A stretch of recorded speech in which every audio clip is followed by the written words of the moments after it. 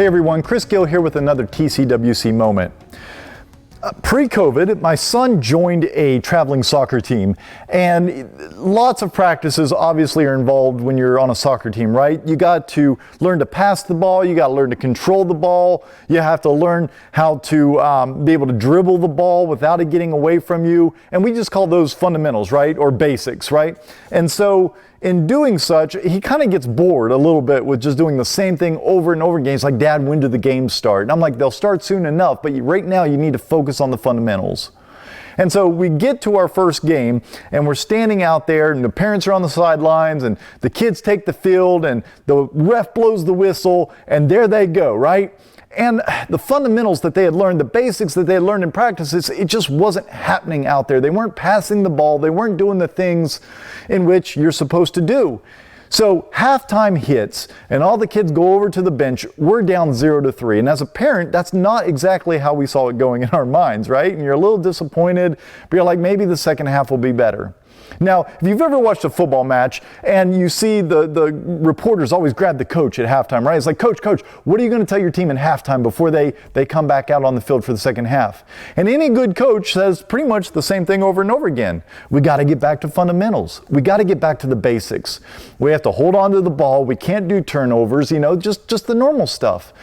So I felt like just as I was preparing for this, that God's saying to us, hey, we need to get back to basics. We need to get back to the fundamentals.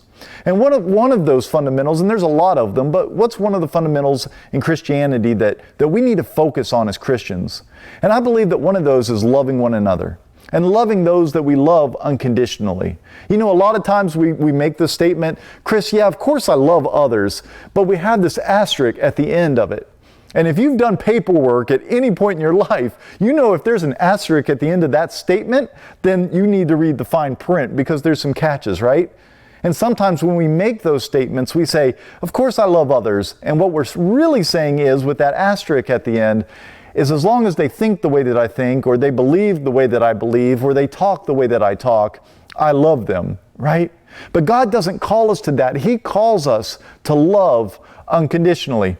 In Luke chapter 6, verse 27, it says this, listen, all of you, love your enemies, do good to those who hate you. Now, a lot of times we read that verse, and what sticks out to us is the second half of the verse, which is, love your enemies, do good to those who hate you. But what we miss is the first part. See, Jesus knew we were going to have a hard time with this because he says this, listen, all of you. Now, my kids, they hear me. They hear me say, go clean your room.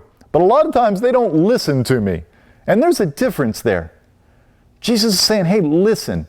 To those that can hear me. Listen to me. This is what you need to do. There's no asterisk at the end of his statement. It's simply, love your enemies, do good to those who hate you. No ifs, ands, or buts. So this morning, let's get back to basics. Let's get back to basics in Christianity and allow ourselves to not put any stipulations or any asterisks at the end of our statements. In fact, erase that asterisk. And let's love others unconditionally. Eli's team got out there. They got back to basics. They got back to the fundamentals. They started passing the ball, and we won that game 4-3.